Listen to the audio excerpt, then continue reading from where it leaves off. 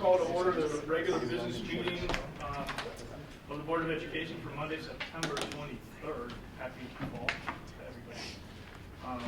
If I could ask everybody to stand and please recite the pledge of allegiance. To the flag of the United States of America and to the republic for which it stands, one nation, under God, indivisible, with liberty and justice for all. All right, welcome everybody. Roll call, please. Jim Batson. Here. Don Carmichael. Here. Pat Rudy. Here. Lisa Hessel. Here. Kevin Huber. Here. Karen Lundstedt. Here. Casey Rooney. Here. Okay, we have everybody tonight. So our agenda tonight, we will open it up briefly for public comment. Anybody would like to speak, remind you that you please limit your comments to 3 minutes. We have an update on dairy. It looks like, oh, exciting. We'll have updates from our school board representatives. We'll have the superintendent's report. We'll approve the consent vote agenda, which we reviewed 2 weeks ago in committee. Brief updates from facilities and finance and program and personnel. Anything from CEDAL today? Okay, we have CEDAL update, ISB. Jay? Yes. Okay. And then we have a brief executive session, after which we will not be taking any action other than to return to open session. All right? All right. Anybody from the public who would like to speak tonight? No? Okay. Daring committee. Yeah. Come on, let's go. We have a whole crew to present tonight. Is it something I said? Yes. Some excitement. Well, when you're presenting about a committee, you have to have a committee to present, correct? So we're excited tonight to share information about our Daring mission and really what Daring looks like in our D128 classrooms, athletic fields, offices, right? So as we've rolled out the Daring mission, we continue to look at what does it look like if we are really fulfilling that mission for all of our students. How do we help students become dreamers and doers, aware, resilient and healthy, inquisitive, nimble, and global? And so toward that end, for each of the educational presentations that we'll share during this school year, the focus will be on Daring and what that looks like in our various settings. So for the first meeting, we would like to share that we formed a committee, the Daring Committee, to really apply that lens to everything that we do as a district. How are our systemic practices aligned with the mission? Where are we doing that really well, and how can we use that as a model for other practices and strategies? And where do we see areas where we might need to move forward a little bit in our thinking about how we're creating situations that allow students to develop those attributes? So today we convened a committee made up of over 40 representatives of our certified staff, our administration at both buildings and in the district office, and we came together to really ask this essential question. How might we purposefully and systemically connect teaching and learning to the Daring mission? Each person who came to the committee meeting today was asked to bring an artifact, something that represents a practice, a strategy, something they're doing that either is illustrative of where we're applying the mission well, or where we might need to grow and improve. We gathered together as a group, examined those artifacts, and had really enriching conversations about what we would like to pursue as a committee this year to get us closer to being able to define what Daring looks like. And so that took the form of a table activity. We had 8 different tables and lots of rich discussions. And then each table shared out at least 3 or 4 topics that they really wanted to pursue. We looked for common themes among those topics, landed on kind of the top 10 that we thought we would prioritize, and then completed a form to rank order those things that we wanted to focus on first. We're excited about where the committee will go and the kinds of topics that we will pursue. And so here's this crew that was all part of our meeting today that are going to share some of the things that we talked about today and perhaps things that we'll be updating you on in the future. So first, John Gilliam. Thanks, Rita. You're welcome. I looked around the table, and I think I'm the only one who has received my 25-year watch for working in the district for 25 years. And I say that because over time, we obviously do a lot of great things in the district, but one of the things that we find ourselves saying, I wouldn't say often, but every once in a while is, in answer to the question, why do we do that? We just have always done it that way. And it's kind of an institutional thing that if you work in an organization long enough, there are some things you just do because that's the way that we've always done them. And I think one of the refreshing things about this daring committee as we processed through some ideas this afternoon was that we're willing to look at and kind of challenge the status quo and kind of re-look at that question, why do we do it that way? And not be satisfied with, that's just the way we've always done it. There's a lot of things in a school system that you might find yourself saying that, whether it's how we schedule our time for adults in professional development, for our kids in an 8-period day, whether it's what we do with assessments like final exams, whether it's something like a class rank, which we tackled years ago, but those kinds of systemic things that over time kind of get old and the reasons aren't necessarily daring reasons anymore. I think I'm excited that we're going to tackle some of those. So I'll hold off on it, naming them specifically because we've still got some work to flesh some of those things out. But that's one of the things I'm encouraged about as we face this daring committee. Hello. As communications director for the district, it was exciting for me to be a part of the group because one of the themes that came up with all of the different tables at today's meeting was communications. And how, since we've launched the daring mission, the acronym, everyone knows daring, but they don't really know what it looks like or what all those individual letters stand for. And what we really talked a lot about was maybe an overarching communication plan with daring that would talk more to the community, not just students, not just parents and staff, but the community in general, and getting everyone to be sort of a daring community. So my artifact that I brought to the table was my new Snowball microphone, which I'm hoping to use for podcasting, which would be like our daring podcast. So we're excited to start doing some new things in terms of communication and see what else comes out of the team.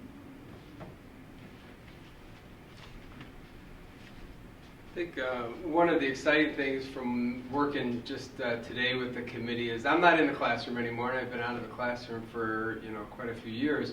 But the teachers, that I was able to communicate and talk with today, looking at the daring mission, that their willingness to try new things and take risks in the classroom, all for the benefit of our students and how you can learn better and learn more, and not just stand up in front of the class and lecture, but to try different things, whether it's project-based learning or even cross the curricular, working with other classes.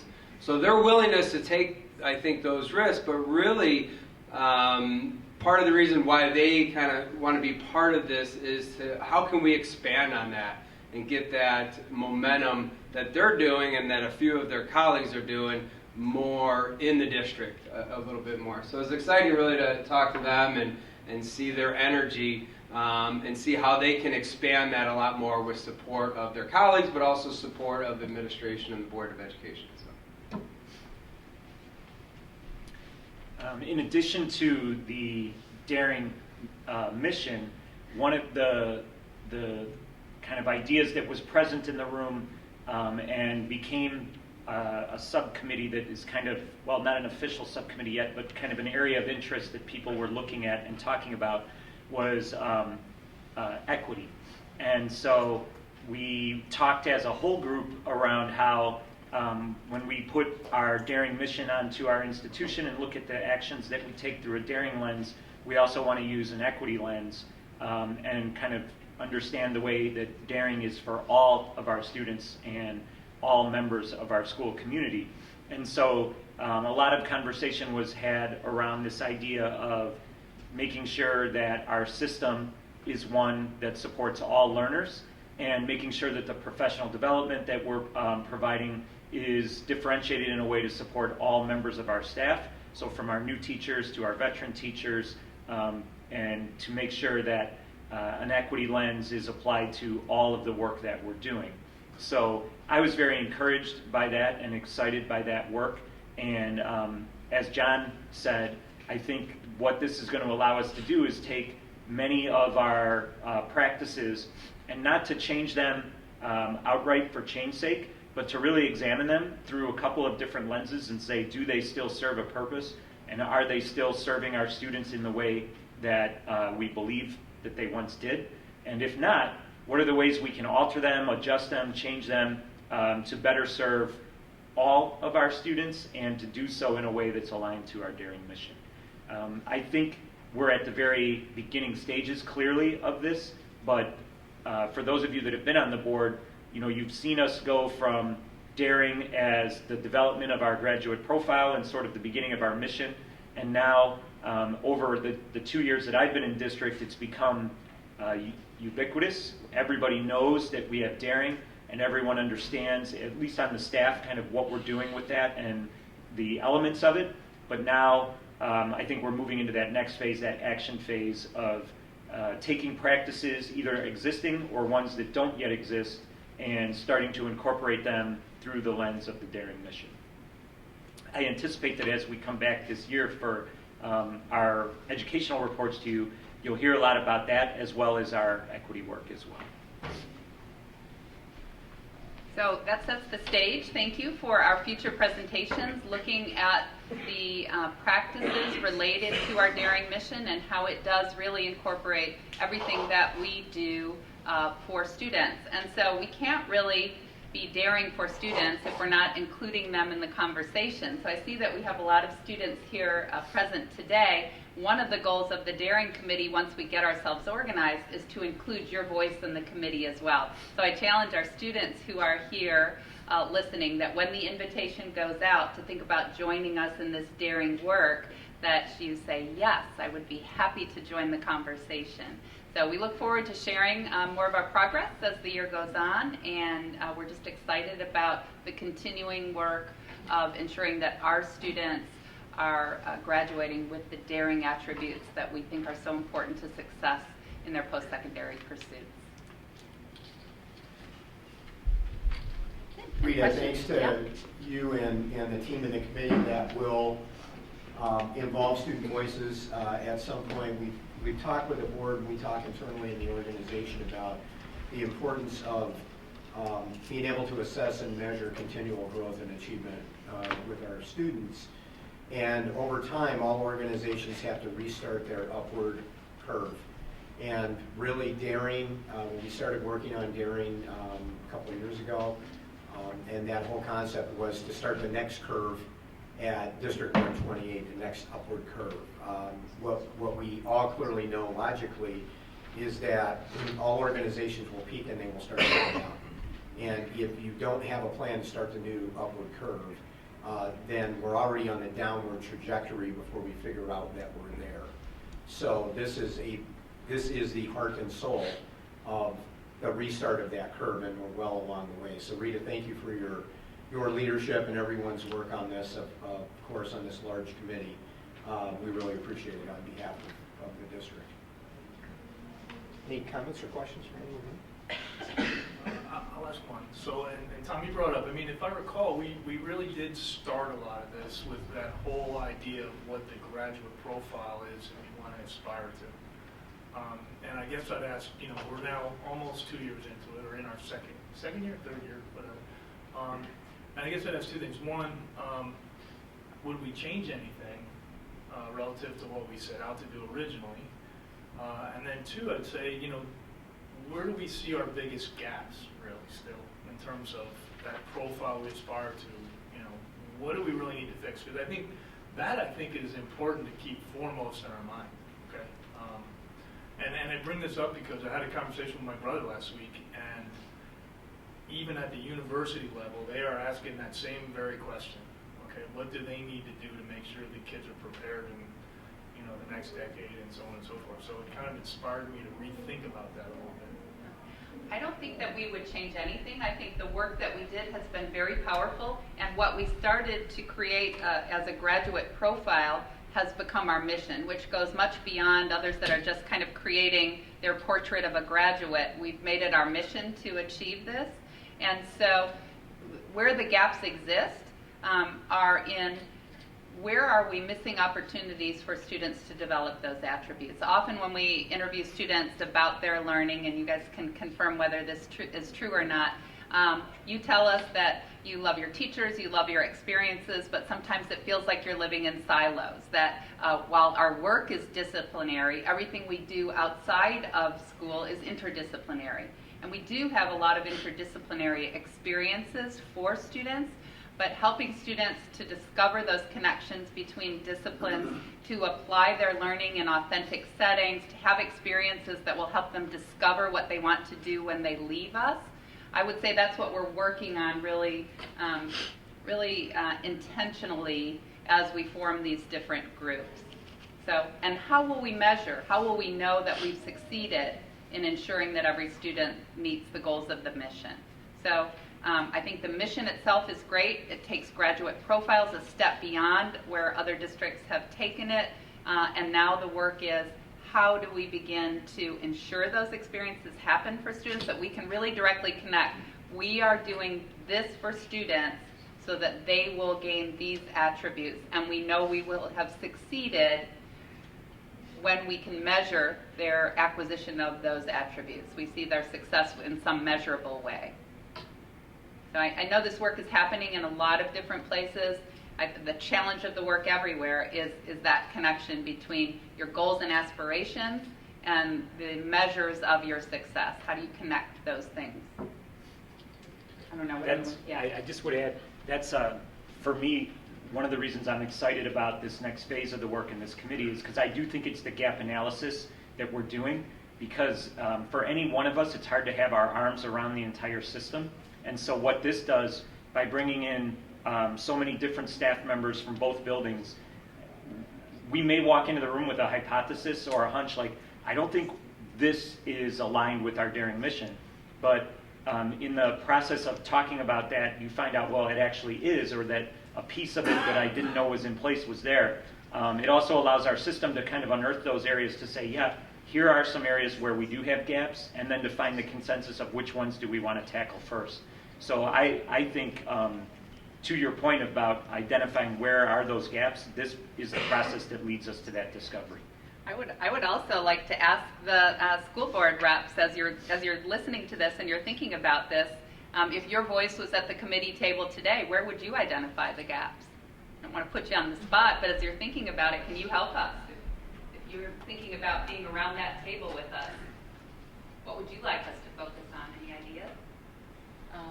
Not on the spot or anything. No, not on the spot. Yeah, we could definitely think about that more so that we have something to bring up next time. Sure. But regarding what you were saying with that interdisciplinary focus in like the classroom setting, one thing that I'm really happy to see is with new classes like AP Seminar, AP Research, even though they're really only like taken up by a pretty select group of students right now, they are at their core, I think, pretty centered around the daring mission, because it's really not like it's just one subject. It's not like it's just a topic that you're learning.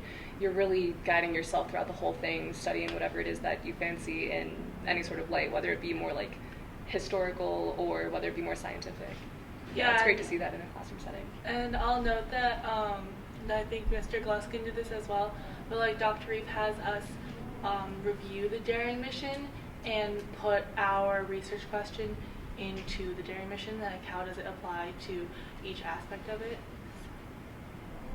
And we see that in a number of activism fair at Vernon Hills. They're connecting their activism projects to the mission as well. The Global Scholar Capstone that no one is taking yet because it's running for the first time second semester is another example of a course like AP Seminar and AP Research that is totally up to students' interests, passions, desire to inquire about some challenge that they'd like to solve. So that's another example, like AP Seminar and Research that you shared, of coursework that will do that for students. Also, as a student that's involved in a lot of different activities at school, I would love to be a part of something like the Daring Committee and have another chance to voice my opinions on what's going on in the school. And I think that's really awesome that adults in this district are allowing students the opportunity to voice their thoughts on everyday life at school. Well, we look forward to hearing more from each of you. Maybe we'll make that a regular feature of your report as you identify gaps or topics for the daring committee to speak about and share them with us. Thank you. Yeah, another thought on that is maybe we can open that discussion up in more detail at lunch next month. Yeah, for Because sure. you can think, you'll have a little bit more time to think about it, and you can share with your fellow reps and Dr. Giller and Dr. Colentus and myself and Dr. Gertie will be there, and then we can start sharing some more out with that. That would be great. Yeah, that'd be a great ongoing discussion to have. Great. Kevin, did you have? Yeah, no, I actually did. I just had a question for Tom. Oh. No, actually, it's kind of cool. So today, I want you to kind of link in how we used to do the junior PSAT testing day to how you're transitioning that to a daring day as opposed to a static day. Because I think that's actually really cool, and it really fits in kind of well with, you know, the gap. So I thought it was pretty cool. If you could just kind of cover that a little We bit. think it's pretty cool too, and this is also at Vernon Hills, so it's both schools that are doing this. So as Mr. Huber mentioned, we used to do just the PSAT for our juniors, and we had various groups testing at different times, but then it became a day where other groups of students we didn't really have programming for. So what we're doing this year at Libertyville High School is we have differentiated the day for all 4 classes of students, freshman through senior, and the juniors still are taking the PSAT and MSQT test. That's their national merit qualifying test, to be a national merit scholar. But for the seniors, the sophomores, and the freshmen, we're running what we call a daring day. The seniors are going to have the entire day. One of the central tenets of our daring mission is that we are asking our students to pursue meaningful pathways to post-secondary pursuits. And so to help them have that time to do that, we're using this daring day. For our seniors, they can come to school both at Vernon Hills or at Libertyville High School to work on their college essays with some of our English teachers. They can spend the day at home working on college applications, working with their parents on their FAFSA forms. They can schedule college visits on that day. Or some of them, because they're doing all of that stuff round the clock, may just need the day to catch up on some of their homework for AP research and things like that.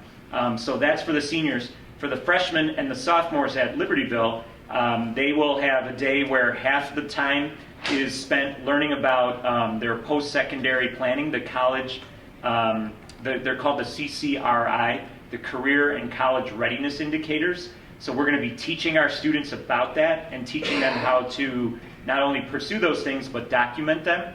And that's going to be happening at Vernon Hills as well. And then for the freshmen and sophomores at Libertyville, we are also working very hard to help them become resilient and healthy. That's part of our mission, and to become aware. That's also part of our mission, so aware of who they are and how they relate to other people. And so we're conducting a project called the Art Impact Project, where all of our students will be engaged in a very interactive art project that helps them not only kind of connect with themselves, but build empathy by connecting with their classmates. And so that'll be the first year we do this, but all of our students, freshmen through seniors, will have an experience that will help prepare them for the world beyond high school. And our colleagues at Vernon Hills, John, if you want to talk about what Vernon Hills is doing. Yeah, I won't go into too much detail because it's very similar. The seniors, the exact same thing with college essay work here, college visits. The freshmen, those of you that have been on the board have heard our board reps talk about our Right Assembly for the last several years. The Right Assembly is something that is pretty dear to us as a school, as we work with our freshmen to consider respect, integrity, and trust, and how those three interact to form a student's experience, both with others and with themselves. So we have a nationally known speaker, we have small groups, we do an open mic thing, and it's really an attempt to get our kids to consider what it might be like to walk in the shoes of someone else. Really fascinating work, and the feedback that we get from students who have been through it, and even those that leave, as we revisit that theme, walk a mile in someone else's shoes. We revisit that theme while they're here at school.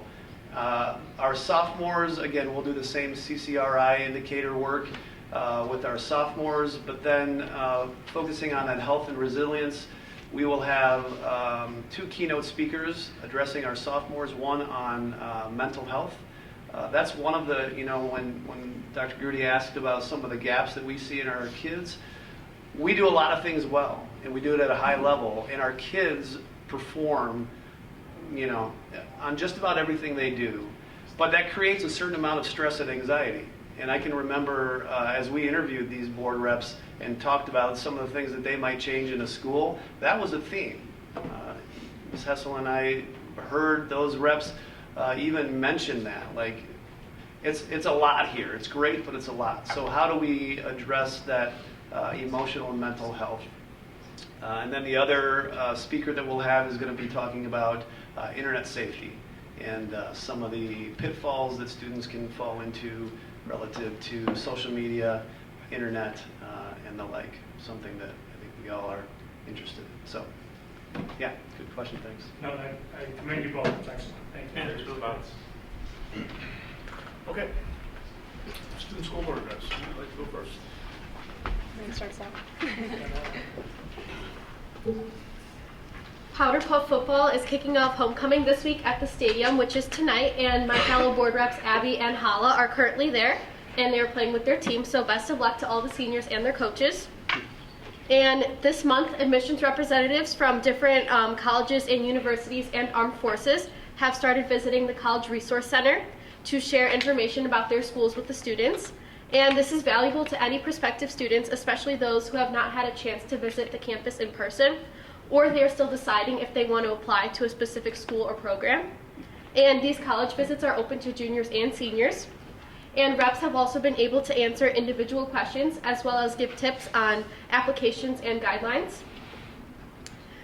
Something new at Vernon Hills is we will no longer have senior yearbook quotes in the yearbook. Our school magazine, The Scratching Post, was fast to announce the discontinuation of senior quotes on social media, and students are generally not happy with this decision, and they were quick to comment their opinions on the Instagram post. This decision to discontinue the quotes was made due to arising concerns after incidents with inappropriate quotes at nearby schools. In addition, Libertyville has also discontinued their senior yearbook quotes, and our schools are usually consistent with their policies. In more upbeat news, the girls' varsity cross-country team won the Lake County Invite for the 4th year in a row. The past week was Yellow Ribbon Week, in which we promoted awareness about mental health and worked to remove any stigmas around the topic. Students wore yellow to show their support. They got Chromebook stickers, and they got to play with our school therapy dog, Basil. A survey was also conducted with our students to see how our school can better serve the mental needs of our students.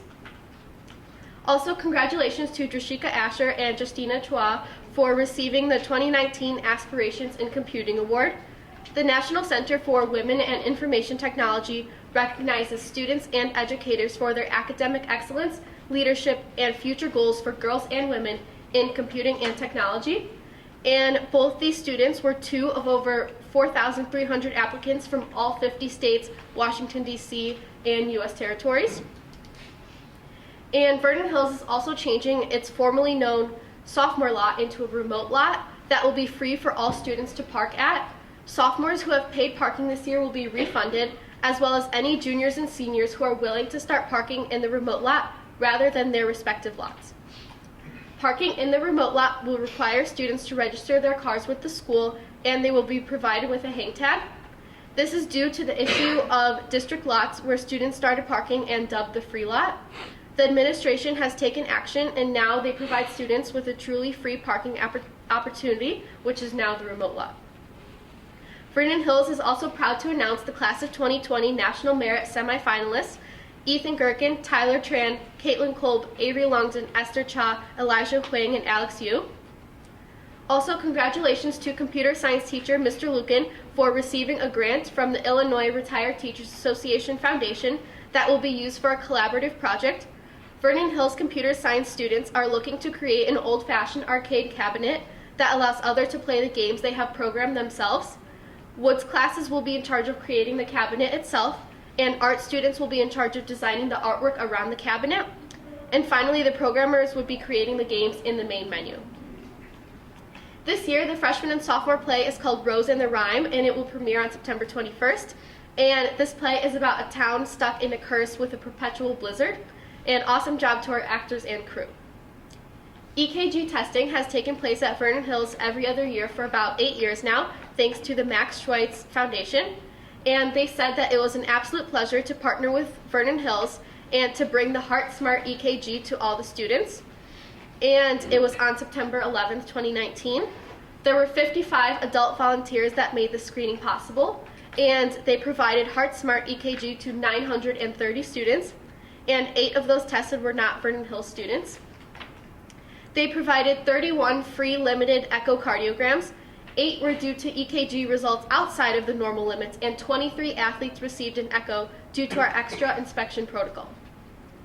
The first Dare to Empower lunch for female identifying students was on September 19th with the theme of Speak Up and Speak Out. This was a new event that began last year and is continuing this year in hopes of providing more confidence and unity for female identifying students and staff. This month, we also practiced all 3 safety drills, including the lockdown drill, tornado drill, and fire drill in one class period. Open house was on Thursday, September 5th, and Vernon Hills parents walked their students' schedules and got to meet all their teachers.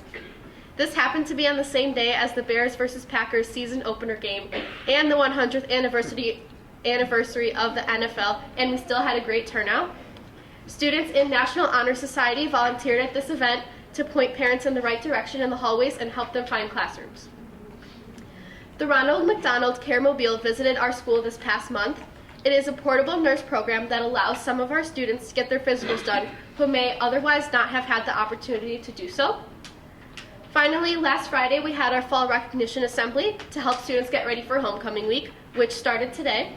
It was really fun and it got everyone excited for homecoming. Additionally, the theme for the football game on Friday was Gold Out to support research for pediatric cancer. We sold t-shirts to help raise funds for an organization called Cal's Angels, and throughout the week, different sports teams wore gold accessories such as socks or armbands during their competitions to show their support for this important cause. And the homecoming dance is on Saturday night. Is that it? Good.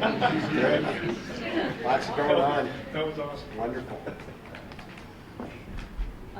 So for some news at LHS, we want to start off with a few student successes. So 5 LHS students were named National Merit Scholarship semifinalists, and another 20 students were named National Merit Commended Students. To highlight 2 students' successes specifically, we first want to start off with our very own Jessica Lee. She had a highly eventful Friday. She is the creative director for the Illinois Youth Climate Strike, and this Friday she and the team led the strike in Chicago. Police estimate that roughly 3,000 people were in attendance. We're so proud of Jessica for representing an active generation right from LHS, and we want to congratulate her for the op-ed that she had published in the Chicago Sun-Times, as well as for appearing on Fox 32 Chicago. Next up, we also want to congratulate senior Maria Cavathis. She was recognized by the We Movement for raising over $340 for We Villages, which are adaptive international development models that combat poverty. So speaking of the Daring Mission, it's really impressive to see such commendable actions by our students who are just so young, so wonderful people. So a few school ongoings. We want to talk about homecoming. So all of last week, LHS was in high spirits getting ready for homecoming on Saturday. On the Saturday leading into the week, on the Saturday leading into the week, we had the annual window painting, festivities, and each day of the week had a theme for students to dress up, starting with Pajama Day on Monday and culminating in the highly competitive Color Wars on Friday. On Friday, all the grades seriously stepped up their school spirit to get ready for the homecoming assembly, but we're proud to say that the seniors took the lead and won the Spirit Cup for their 2nd year in a row. The assembly highlighted performances from Poms and Cheer, as well as the well-beloved Teacher Dance and Guys Poms Dance. On Saturday morning, many LHS clubs and teams participated in the annual homecoming parade. Marching band reported that they felt it went the smoothest ever in the last 4 years, and people on Poms reported that even though it was hot out, it was a great parade overall. That evening, LHS hosted a homecoming dance in the main gym. Students had a great time and thought that the DJ was much improved from previous years. The Spanish exchange students, who we will delve into further in a later section, also gave a short speech saying thank you for a great experience, which was heartwarming and high energy in the middle of the dance. We also want to congratulate the wonderful Grace Kraft for being our homecoming queen this year. On behalf of all those who attended, we want to thank the staff members who made this night possible.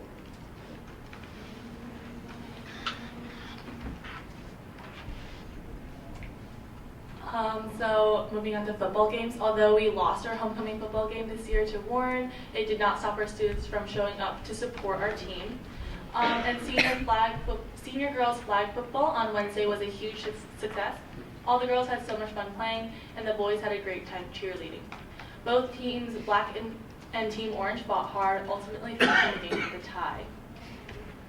So the stairwell next to the auditorium has been shut down for a while now, and many students do not know why. Some students have expressed concern about it, wondering whether it might be another asbestos case or a construction issue. Many request that the administration communicates with the student body about any issues similar to this one so that everyone is informed. Open house was a huge success with parents. Parents have now seen what their children's schedules are like and have been able to meet their children's teachers. Moving on to college, Mrs. Belstra, our college resource counselor, has been working hard with the counselors and the LSTs to best prepare our seniors for applying to college. Seniors now have a lot more information on how to start their applications and how to reach out if they need help. We had our first senior class meeting on August 28th to introduce the seniors to start thinking about start thinking about colleges. Since then, there's been application trainings during lunch and essay writing classes as well with Mrs. Belstra. And Drops of Ink, our student newspaper, has their first issue coming out this Thursday. The students are all super excited to show the school what they have been working on. We've had 3 Spanish exchange students come to LHS for 2 weeks, and they were able to experience all different parts of American high school. LHS students filled out a form so that the 3 exchange students would be able to follow a different person's schedule each day to maintain a dynamic atmosphere. They were able to experience diverse classes as well as football games and homecoming. Senior Grace Henderson was a part of the exchange program, and her family hosted one of the exchange students, Sylvia. Describing the experience, she said, "I loved hosting Sylvia for the past 3 weeks. It has been amazing to get to know her and learn about the culture of Spain. It has also been cool to introduce Sylvia to America and its culture and seeing her excitement over all the new things to experience here." The response from the student body has also been wonderful. Everyone has been so kind and welcoming, and I'm grateful for the generosity of the school, staff, and students.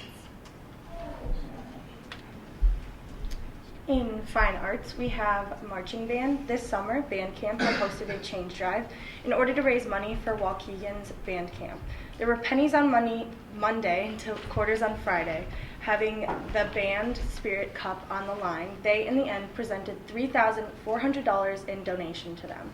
Some fine arts concerts that are coming up is this fall's band concert, which is tomorrow night, the choir festival on October 10th, and the orchestra concert, also known as Fright Night, on October 17th. For athletics, we have the soccer team playing against Benedict Academy on Saturday, September 21st. The homecoming court, pep band, and varsity cheer team all came out to support them. Senior Maddie Wittenbrink sang the national anthem beautifully. The freshman team was able to play, but the varsity team was called off due to weather delays. For volleyball team, we had a tournament on Saturday at Wheaton Warren. They had won 2 of their 3 games after the tournament ran long. A few team members were able to go to homecoming afterwards, so even though they were exhausted, they were still able to participate and have a fun night. Senior Cassidy Jones said of the experience, "During our last game that was running about an hour and a half behind, we knew that would be able to leave and we would finish in 2. So our energy levels were insanely high and we were having so much fun as a team."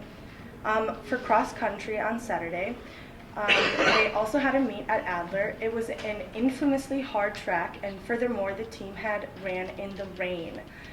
Bree Ponchak had placed 4th place in the girls' varsity race, and Grace Kraft, our homecoming queen, had placed 3rd in the girls' open race. For wellness, we have our first Wildcat Health and Wellness Group meeting, also known as the WHMW, meeting this October 16th. This meeting will be hosted by Dr. Calentis and Dr. Nelson. They will talk about topics affecting teens at LHS and their perspectives and for students. Yellow Ribbon Week was a success this year, with activities each day that spread awareness to what Yellow Ribbon Week was truly about. There were therapy dogs to school spirit days and so much more. We ended off the week with tie-dyeing shirts as prizes for those who completed the Yellow Ribbon Week scavenger hunt, which included students to go and meet their social workers at each LST. That's it. Thank you. Great job. You guys are really doing a great job. Amazing. I mean, I had mentioned this to the board after we had lunch last time, how engaged you are, and just want you to know how much we really appreciate it, especially giving us, you know, a good perspective on the things that you care about, including those things you like, and maybe some of those things that you're not so much about. So, great job. If I could just add, Dr. Grudy, we have numbers from our homecoming. We're really proud. We had 1,369 students attend the dance on Saturday night out of 1,841 for the school. Oh, that's so tremendous. 74% of our students attended the dance. Fantastic. Very proud of that. And you guys were there. We'll try to beat that next week. Yeah. And if we don't, we won't bring it up. All right, great job. 74.1%, I think, so. Okay. Moving on, superintendent's report. Yeah, I just want to echo what Dr. Grudy just said. You all are doing such a great job that you've only left me 2 good news pieces that you could not possibly know. All right, so I mean, really good. Thank you. And it's really great to hear that. It's really great to hear that news from you. So that's really a compliment. So thank you again. Okay, a couple of other pieces of good news. In the latest edition of Chicago Magazine, District 128 high schools ranked #1 Vernon Hills and #4 LHS among all Lake County high schools. And I think most people in the audience and our public are aware that several of the highest performing high schools in the United States are concentrated in Lake County. So congratulations to John and to Tom. Chicago Magazine does this every 2 years. 2 years ago we were #1 and 2. And so it's really great to have that external recognition. And then finally, and good news for me, the District 128 Community Education Program was recently recognized by the Lake County Health Department and Community Health Center as an outstanding community health partner. Community Education Program is a host site for mental health first aid certification classes this term in an effort to collaborate with Lake County Health Department to improve mental health awareness in Lake County. Both sessions of the class, which is offered at no cost to participants, were filled to capacity this term. The class will be offered again in the winter-spring term. Diane Phillips is the director of the Community Education Program at District 128. So, you know, great to see us continually involved in the community. One other piece of good news this evening that the board is certainly aware of. We are hosting tomorrow night the pool dedication, ribbon cutting, and open house for the new pool at LHS. We will have a brief, and I emphasize brief, a few remarks from myself and Dr. Grudy and Dr. Calentis. And then we're basically going to cut the ribbon, dedicate the pool, and allow people a chance to kind of tour around the pool. And hand out some passes which will provide them an opportunity to swim in the pool in the near future. So to answer Lisa and Casey's question earlier, yes, you will have a chance to swim in the pool at some point. So very excited about that, the culmination, like all of our capital projects, of a lot of work, but a really, really cool swimming pool, if you haven't been down there yet. Next on the superintendent's report tonight is the administrator and teacher compensation report, which is a new report required by the state. And Dan, do you want to make a couple of comments about this? We reviewed this again earlier in committee. Yeah, so it's not a new report. It's been here for Oh, a few years now, and we did not review this in committee. All right, so I guess I'm 0 for 2 tonight. So thanks, Dan, for making me look good in front of you. Yeah. Appreciate that.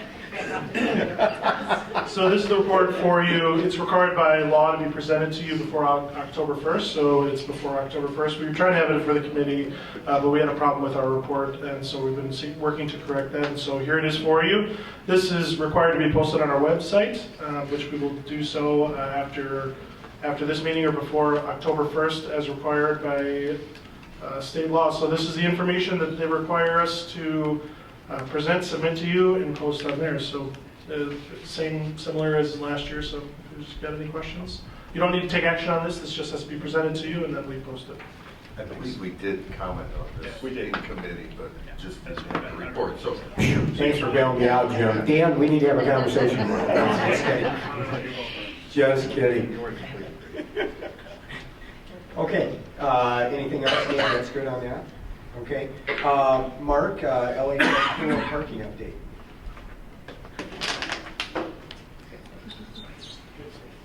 So that would be the current LHS pool, maybe the new pool, or the repurposing of the old pool. I can combine them all together. As Press mentioned, we're having a ribbon cutting tomorrow night at Libertyville High School. We're moving forward with punch list items, working on the exterior doors that had come in. Those are installed. Working on lock system, our security system, those things that are all connected to the doors. So we've got good progress on that. At the old pool renovation, I believe I told you the concrete slab had been poured down for the dance area. We're moving forward. They poured some other concrete, and we're ready to start with the installing some steel structures to hold up the floor span in the pool area, as well as working forward with the continuing with some plumbing and electrical inside the building. For Vernon Hills, if you all had a chance to drive by it sometime, last week they got the first floor deck put on, and they've already got a lot of the walls for the second floor up. They've been working on the first floor, putting the bearing walls in underneath the spancrete decking. So that's moving forward, and they've started steel erection, and part of the roof structure for the STEM lab is in place right now. We're continuing to move forward with piping installation and brackets and things for the in the cafeteria expansion, and we're working out for the gym expansion. Still working diligently on the issue we have with the drain pipes for underneath the pool, in the main pool drain, making sure that we properly relocate them, and we make sure we properly span them so we don't have any issues in the future. And then there's one other item for Prentice's good news report. Last Thursday at LHS, if you remember, quite a few months back, IDOT came and cut down a bunch of old growth trees in front of the school. Last Thursday, IDOT showed up at the property and asked if they could park the trucks on the property so they could plant 8 new trees along the roadway. So those 8 trees have been planted. The report told me they were going to plant, they're between 10 and 15 feet tall. So that is good news for the area outside the softball field there. We started another row of trees. Did we know they were coming? We did not know they were. Well, that's been consistent then. Yeah, I just would want to say for the record, we're very appreciative of the trees. Very. It would have been nice if we could have had this entire conversation when the trees were going down. Like, we're going to take the trees down, and we're going to plant new trees in both the village, Terry, Leffler, and the village, and we could have communicated that to everyone in town, and I think that would have helped with a lot of angst. But regardless, again, we're happy to have the trees, probably 3-inch trees. You said roughly about 15. 2 or 3 inch trees. So 10 to 15 years from now, they'll be beautiful. So, I mean, they'll be gorgeous. So that's really kind of a nice turnabout of things. Mark, go ahead. I was able to find out who the person in charge of Northern Lake County was, that is in charge of planting trees along the roadways, and I gave the person a call, and on behalf of the district, I thanked her for moving forward and surprising us with 8 new trees. Mark, one other question that we haven't talked about in a little while, and I don't think we talked about in committee, but the swale or retention area up by the softball field, can you talk about kind of the process to kind of take the weeds out and finish landscaping that area over there? It looks better now. Yeah. Yeah. When we did the expansion, that contractor, when we had to expand the detention area for the additional parking that we put on the west side of the property, that contractor has finished their work. The other contractor was coming in and we had the rain and it filled up with water, and so looking for an update. I looked at the long-term forecast, and by this weekend and next week there's plenty of rain coming, so I don't have an update for you from our construction manager as when they will start, but now is the time for them to be planting all of those plants that go in the detention areas. So the weeds will be taken out. The weeds will be taken out, and yes. then there's landscaping that Then the will go landscaping around goes back in, and that then area just to give grass people to a a certain mental. point, and then it's a wet bottom detention area. The good news is that the detention system's Yes, and we've had the rain to prove it, so that's actually the good news. Hey, Mark, one question. Any update on the I'll call it remediation of the tile on the pool court? Is that fixing those Where we had the swells? dip. Yes, so we've brought the contractor out, they met with our construction manager. We assessed the area, and the tile has been ordered. They're in the process of, we'll need to schedule for the work to be done and work it around our schedule. So they've agreed to do it, though? They've agreed to do it, Yeah, yes. it's no issue. And To address the only thing, it's a long stretch of tile, not necessarily super wide, but it's not a one-day job. So we will schedule that around use of the pool. And I think most of you are familiar, even during the year, we have to do routine maintenance on both of the pools. So sometimes we have to shut the hills down, we have to drain it, and we have to do, routine maintenance. So that's not outside the scope of things that we would normally do and things that we can't manage. Would that be correct, Mark? And in the interim, we were looking for some kind of In the interim, we ordered matting some just matting to cover that area that's got a little bit more filled up. to help with ponding, or the puddling's going on. So we bought some matting to test it, to make sure that the water would drain underneath it and not cause any more issues. And it seems to be working fine. So at the end of last week, we ordered additional matting. We're expecting it hopefully by the end of this week. Okay, very good. Okay, anything else on that, on reports about everything that's going on?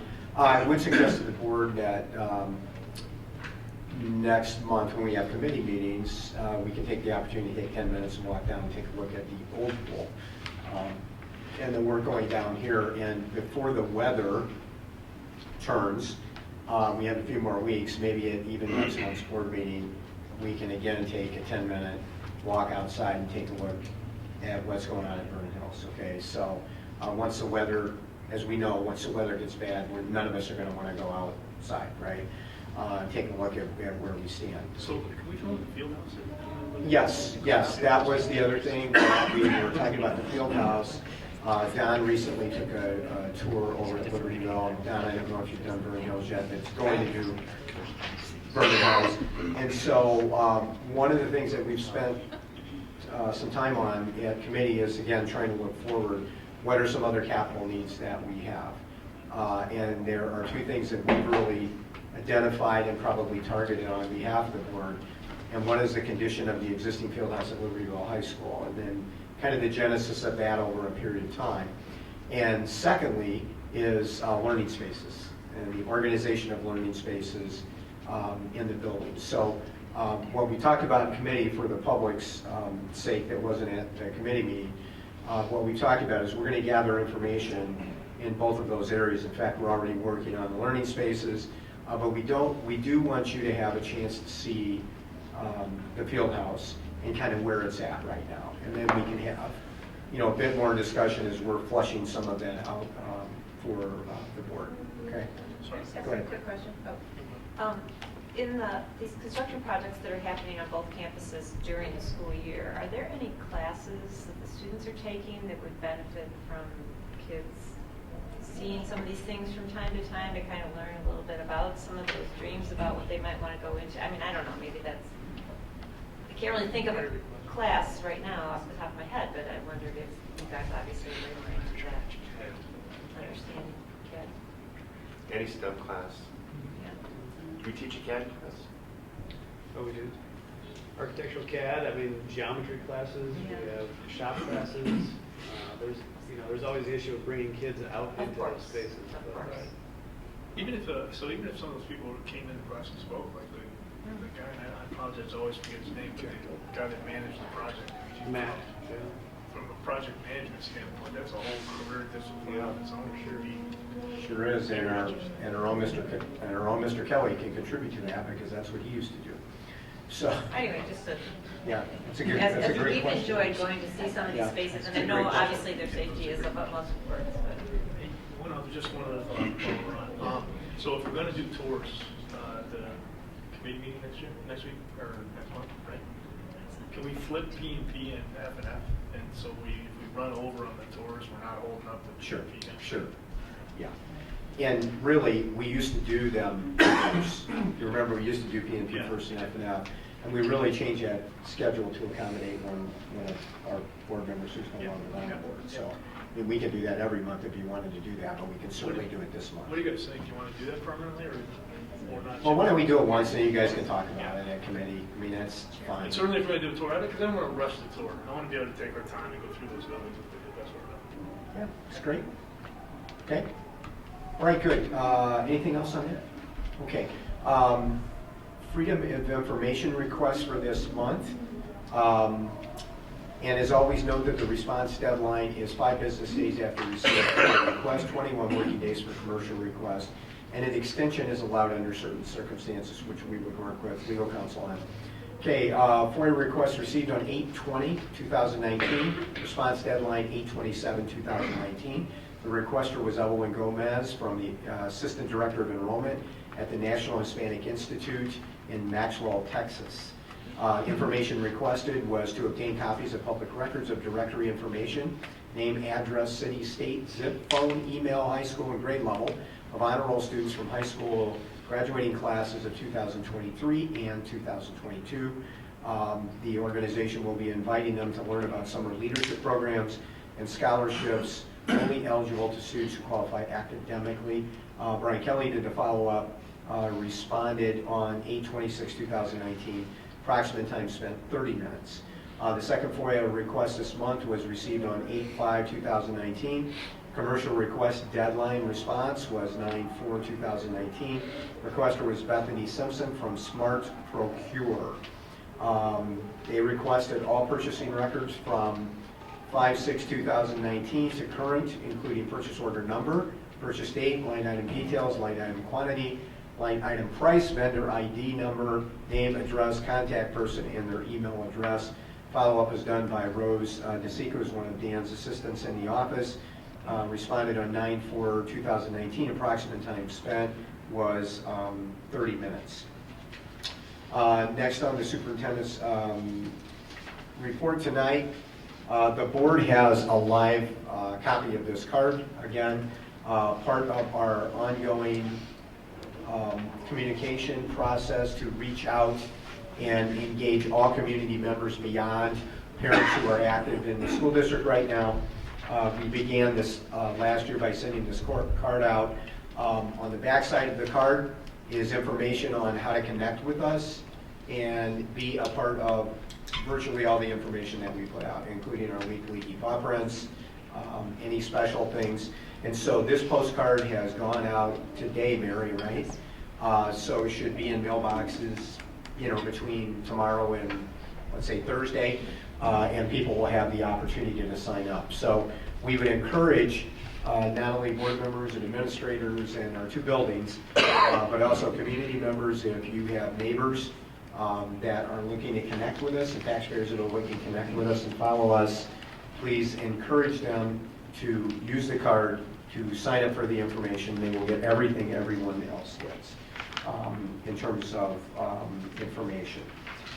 Next on other, here at the beginning of the year, as students and parents are aware, we've had a couple of soft lockdowns in both of the schools, at LHS and BHHS, for some activity that was going on in the community. And so we're reminded again that it's very important as we've started the school year that we all have a responsibility. If we hear something or see something, okay, we need to let somebody know something in the school building. And although there was no real cause for concern for us working with our first responders, we know from experience and working with our first responders that our kids in our community are our best line of intelligence, regardless of all the other security measures that we've taken. So I know Dr. Gilliam and Dr. Colintus will continue to drive those messages home in the community, and we also want to remind parents we would rather have you call and let us run out the ground ball and find out there's nothing there and it was just a rumor, as opposed to finding out that there was something significant there. So we appreciate everyone's support. Our number one priority every single day is the health and safety of our staff and our students. We cannot teach and learn if our kids are not safe and our staff is not safe. And then last for me tonight, Pat, before we move on to the consent agenda, I spent late Wednesday afternoon and all day Thursday and Friday at the annual Mid-America Association of School Superintendents. It's called MAS. It is the oldest regional superintendents group in the United States. It has a very long history with some very prolific superintendents and very influential superintendents in it. The organization encompasses 12 Midwest and Great Plains states. It is capped at 100 members, and its uniqueness historically is that it is a superintendent's think tank. It's not a presenter-driven conference. It is a focus question-driven conference, and it's a great opportunity to pick the brains and learn from superintendents across the Midwest and the Great Plains. But interestingly this year, the number one focus this year was social, emotional, and mental health of students and staff. So just following up on some of our conversations. So across this great Midwest and Great Plains state, the number one issue that people are working on is to ensure that students and their staff, okay, are healthy physically and mentally and emotionally. Second was flexible learning spaces. Is all this sounding familiar? Okay. Flexible learning spaces and how to create those spaces so teaching can and learning can continue to adapt. And then lastly, and I think this is going to sound familiar too, student voice in decisions that affect what students learn and do in school. So as you can see, there's a lot of concurrence and continuity in what we're pursuing in the district with other school districts across the Midwest, and that's always a great organization. And I had the honor to serve as president of that group a couple of years ago, and I'm still on the board of that group. And it's a very, very worthy organization for lots of reasons, sharing being at the top. So Pat, with that concludes the superintendent's report. Great. Hey, just a couple comments. Mary, when you get a chance, maybe a couple months down the road, let us know how many hits we get on Sure. the card. I'm just curious Absolutely. what kind of response we get. We're just under 6,000 subscribers right now. So. That's pretty good, actually. That's a lot. Yeah. I'd be curious how many more we get. 6,000 is pretty good. Okay. And just one comment on the lockdowns, too. So one, I'm real impressed with the communication between the first responders, police department, and the district. That's been great. But equally as impressed, your communications have been very timely out to us. Thank you. And I certainly appreciate that as well. So. And just thank you, certainly. And we want to always communicate in a timely manner in the middle of whatever's going on. But we can only do that with great information and timely information from John and Tom and their teams at both of the buildings. So, and that's something that's part of our security plan and we continue to work on. So, okay, great. Thanks, Pat. Okay. Next, the consent vote agenda is listed. We reviewed this 2 weeks ago. So if I could just ask for a motion to approve the consent vote agenda as listed. So moved. Second. Any discussion? If not, roll call, please. Batson. Aye. Carmichael. Aye. Rudy. Aye. Hessel. Aye. Huber. Aye. Lundstedt. Aye. Rudy. Aye. All right, motion carries. Next, Facilities and Finance Committee, Chairperson Huber. All right, so we met on Monday, September 9th, 5:30. We talked a lot about what Mark and Dan went over already. Added to that, we talked a little about solar at various high schools, how we potentially or not enter into that. We talked about it, but we're also demolishing one of our new properties that we did, or an old property that's not been vacated. So there's really only one action item out of the committee, and that is to approve a bid to Spray Installations Inc. for $199,500 for spray fireproofing work at Vernon Hills High School additions and Libertyville High School pool renovation projects. So can we have that motion, please? So moved. Second.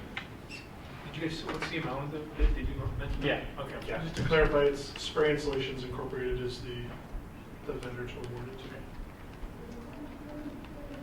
And you seconded Lisa, is that right? Second. Okay. All right, roll call, please. Carmichael. Aye. Grudy. Aye. Hessel. Aye. Huber. Aye. Lundstedt. Aye. Rudy. Aye. Batson. Aye. And any other facility or finance? Seeing none, we're done. Thanks. Okay. Well You have done. Program and Personnel, Chairperson Batson. Thank you, Dr. Grudy. We have a couple items here that came in after our meeting earlier in the month. One is an educational tour request that we need an approval for, and this is for the girls' tennis competition in Bloomington, Illinois, on October 4 and 5. I motion to approve the educational tour request as listed. Second. Any questions or comments? A quick question. Yeah. Why do we vote for this? Normally, it would go on the consent agenda because we've reviewed it in committee, but this came in after the committee meeting. Right. No, what I mean is. Oh, why do we this, do it? This is just a tennis competition. Doesn't that just run through the athletic director? Well, it does, Don. And we can change this, of course, but our history is that if it's out of the area, we always bring it to the board because we just want you to have knowledge of it. You would not legally be required to vote on it. Right, but if they were going to Hinsdale, we wouldn't be doing this. Right, Just- exactly. If we were going to Stevenson for a wrestling meet, Right. yes, you would not approve Overnight. the contest, yeah. Since it's 2 days. Thank you. Okay. No, that's a good question. It's a great question. Any other comments or questions? Roll call, please. Rudy. Aye. Hessel. Aye. Huber. Aye. Lundstedt. Aye. Rudy. Aye. Batson. Aye. Carmichael. Aye. Okay, passes. We have a handful of employment of employees that, again, came in after the committee meeting, so they were not included on the consent agenda. So can we have a motion to approve these? Move to approve the employment of employees. Second. Any questions or comments on these? Roll call, please. Hessel. Aye. Huber. Aye. Lundstedt. Aye. Rudy. Aye. Batson. Aye. Carmichael. Aye. Rudy. Aye. Okay, that motion passes. Item C is first reading of board policies. We actually discussed these briefly. There's policy 4:30, revenue and investments, and then under instruction, policy 6:240, field trips and educational tours. This is just a first reading.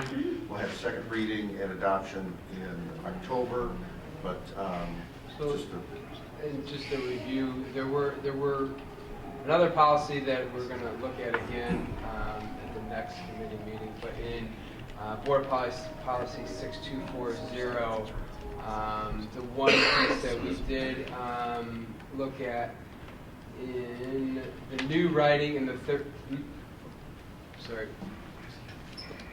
in the policy in the third paragraph of the new writing, and it said parents and guardians of students. For number 2, we had are responsible. We have changed it to may be responsible for all entrance fees, food, lodging, and other costs. So from our discussion at committee meetings, We changed the wording. It's a subtle change, but I think it clarifies what we all discussed in the committee, so thank you. All right, thank you. Okay, so we'll revisit those next month. Hey, Jim, I just, Yeah, go ahead. just on that one too, can I ask a question?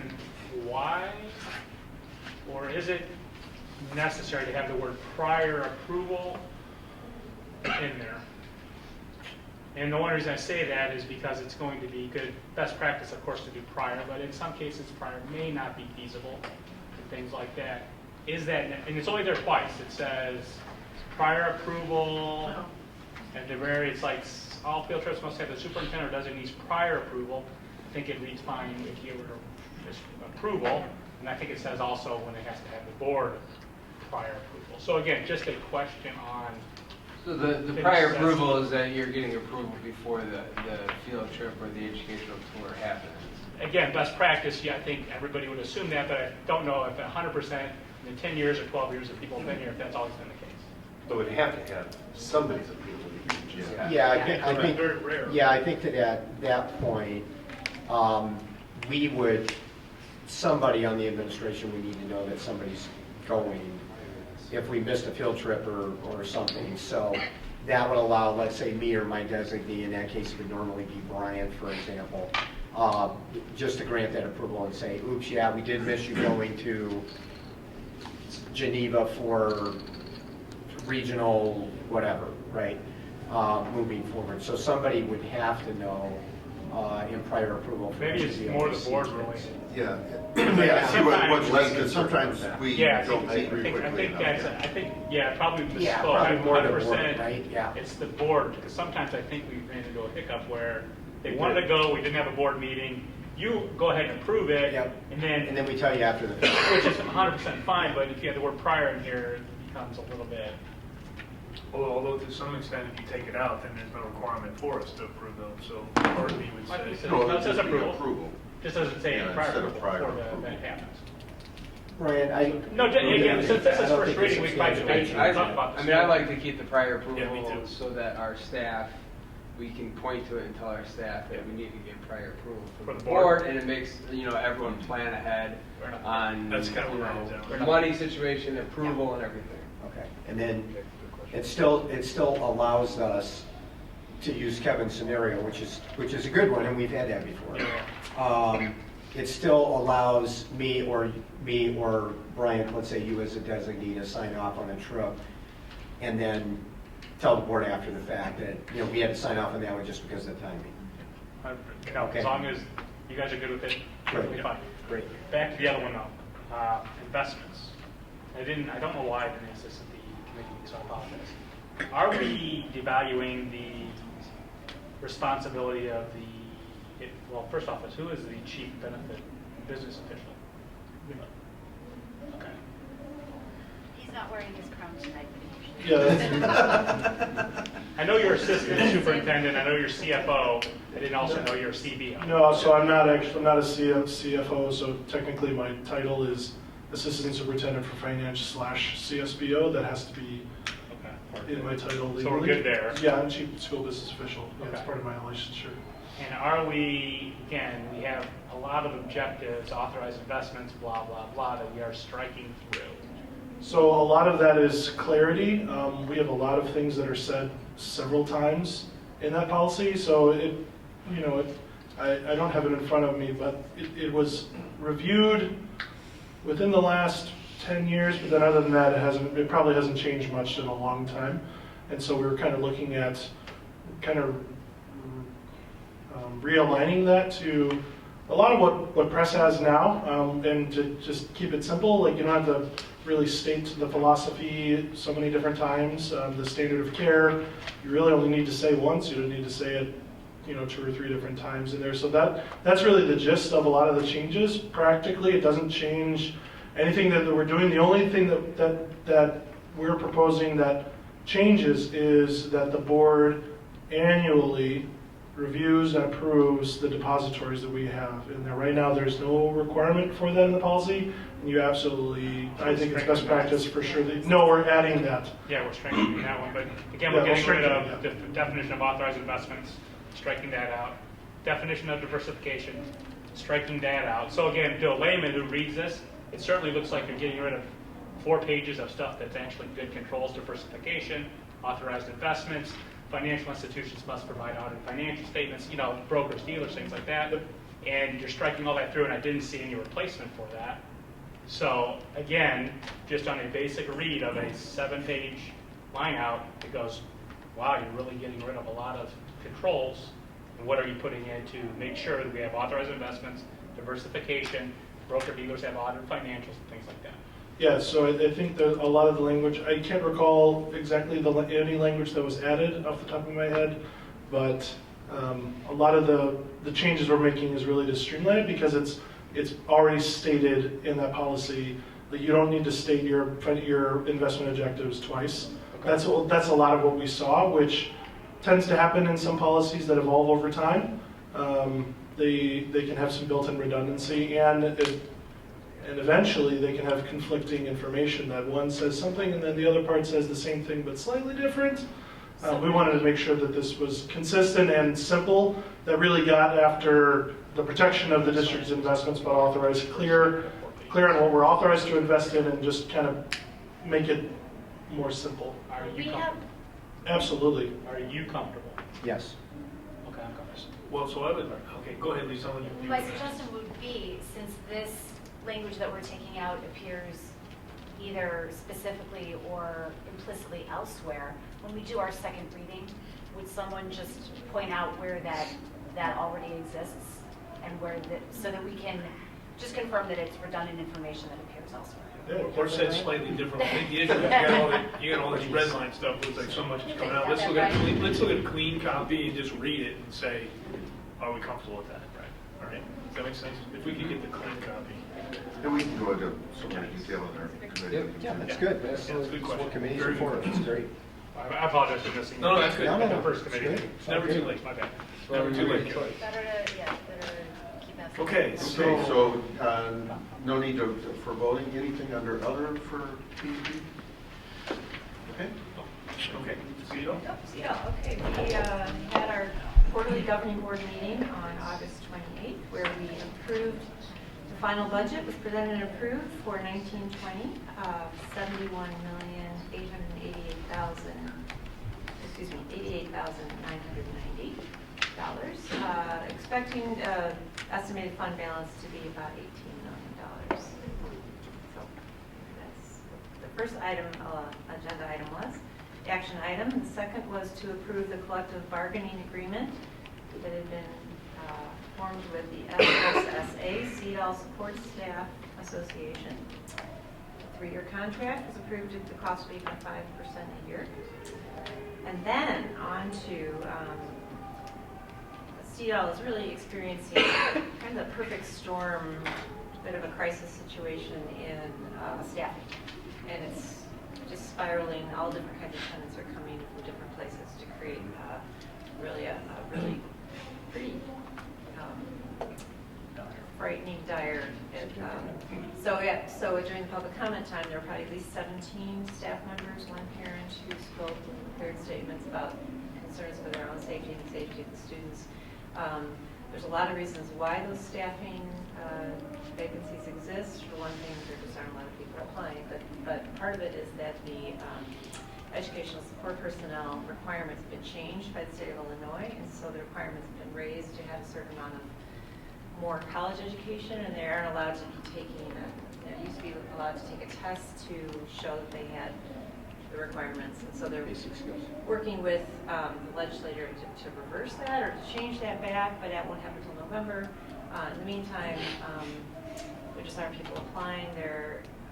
Things are being moved around all over the place there to try to accommodate all these vacancies, and it's just creating a real rough situation.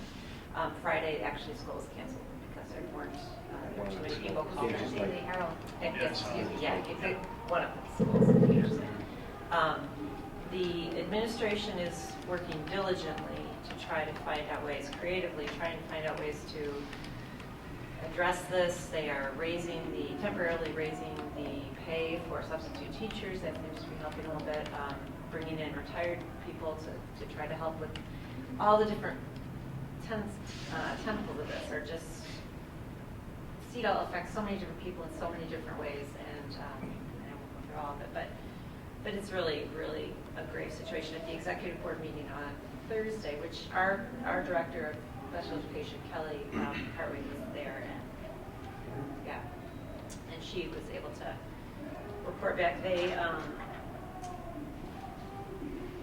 know, she sees all the different things that they're doing, but they've frozen new students coming into 3 of the different facilities because they just can't accommodate them.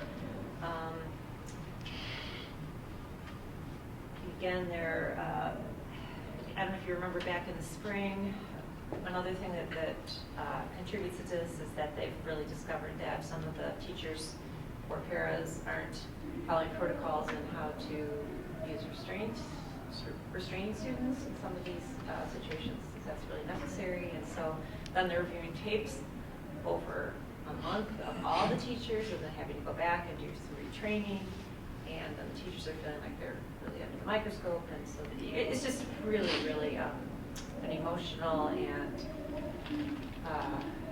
from the teacher's perspective, if you're listening to their voices and the things that they're sharing at the meeting, it was really troubling in that you just could feel their pain, and you knew that there were a lot of things going on to try to address these needs, and they're not short term. I mean, it's just going to be a hard thing to figure out. So it looks like at the executive board meeting, both the union rep and another teacher again gave public comments and talked about it. At the meeting on August 28th, the union representative gave a notice to remediate. It's really a filed a grievance against CEDAW and the administration for the lack of safety, and they passed that around to everyone. And we're citing that they would take legal action if things didn't. So this is very serious. But there are so many things in place that are trying to remedy the situation, and I'm not sure how you speed it along. And I just wanted you to all be aware of it. You've read about it in the paper, maybe you've heard about it from people whose children are involved with development. I've met several times with Kelly, Dr. Prentice.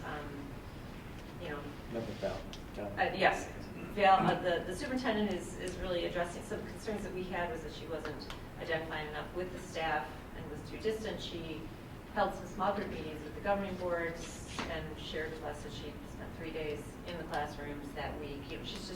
She's brand new. She's trying to figure out how to manage this, and it really, to me, it feels like a perfect storm of different things that have come into place, many of which are beyond anybody's control. So I just wanted you to all be aware of that, and I'll continue to update you as things progress. But it certainly is a fluid situation that is still very much I think Val is trying to work closely with Kelly and her colleagues as they strategize together. But I think you've heard us talk about this before, but this is kind of a classic example of a law that was passed and a piece of the law where the question wasn't asked, what is the unintended consequence? So this issue with educational support staff is a dramatic issue across the whole state. And because it was part of the law, okay, ISBE cannot go in and say, okay, we're just going to change this. So the legislators never intended this to happen. They never intended that change to result in the fact that districts could not hire people that are already in the pipeline that have taken the basic skills test, because they can no longer use, so nobody got grandfathered in. Again, nobody intended that to happen. It was a legislative oversight. For those of you that follow the legislation, unfortunately, that happens from time to time, particularly in education when they don't have educators really review the law closely before they pass it. So it cannot be resolved because it's law until they're back in November. So this is one of the extreme cases of where, like, it really matters, because in the level of service that CEDAW is providing, particularly for high needs students, we have to have those people in place. So it's just created this tumble effect, but it's not only in special education, and it's throughout the state of Illinois where there are needed educational support people that cannot be hired until they change the law.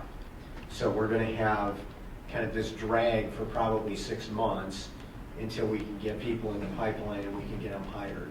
So it is what it is, and it's not a good is what it is, right? So, but that's certainly added to that. So Karen's highlighted nicely that part of the strategy is we just have to freeze some of the enrollment because we don't have the staff to safely deal with the kids. And it's what we've got to do until we can get caught up and get enough staff in there. So, okay? All right, thank you.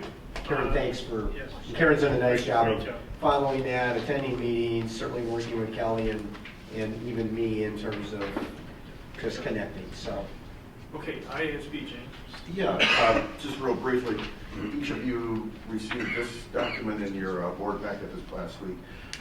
Just so you know, I represent this board, this district on this committee, on this resolutions committee. Take a look at these if you care to. I'll be voting on or for or against many of these things. There's some new ones in here. A lot of it having to do with student safety. School safety issues are the new ones.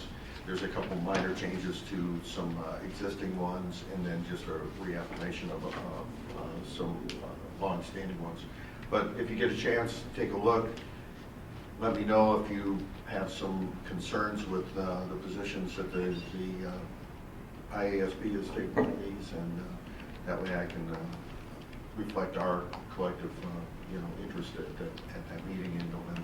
Can I ask, actually for both you and Dr. Lee, it seemed like the safety ones were things that we had already incorporated in our policies. So selfishly, I'm reading it thinking about D128. Sure. It doesn't look like there's anything that would impact what we're doing because we're going above and beyond many of the things. Yeah, that's true. That's a good assessment, Lisa. So. Yeah, and in some cases, you're right, it's sort of trying to instill best practices across the state. In a couple cases, you'll find some things that are very specific to a district or a set group of districts. I know there's a couple in here or a region of the state. So it's interesting to read through those, but it is, what's applicable to us or what we find commonplace is not necessarily the case throughout the state. Well, the board will remember about a year ago, maybe a year and a month, that the issue that was being debated in IASB was teachers carrying guns in schools. And you remember we got bombarded by people telling you that you needed to vote this way or that way when it was a state law that actually had to. So some of these generate a lot of attention, right, in terms of the ultimate position.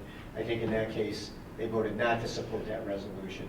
Right. When this meeting was at the when you remember, we talked about this, if you get out of the metro area, there are school districts that are 60 miles away from a town of law enforcement, right? And they have the same security concerns that we do. So regionally, it's kind of a huge issue for some places in the state. But up here, most of the districts would say in law enforcement, no way we want staff having guns in schools, right? We're going to protect you, etc. But that's a good example that those, it's important to read those policies for us to be knowledgeable about them, Thank you. Okay. Okay, Good job. anything else? Thanks, Jay. Hey, one thing, the tri-conference in November, is there a final agenda published for that yet? I think it's scheduled. Yeah. Last week. Probably online. Is there? Yeah, it's online. It just came out Okay. not long ago. Okay. Remember looking at the. All right. Okay, so we're going to convene an executive session. Tonight's subject is employment of an employee, 5 ILCS 120/2C1. I'd ask for a motion to convene executive session. Second. He wants to store the bears. Bears? Okay. Oh, yeah, we have to do Huber. Aye. Lundstedt. Aye, Tulsa. Rudy. Aye. Jackson. Aye. Carmichael. Aye. Rudy. Aye. Hessel. Aye. All right, motion carries. Again, no action following the executive session tonight. Okay, get it ready to get started.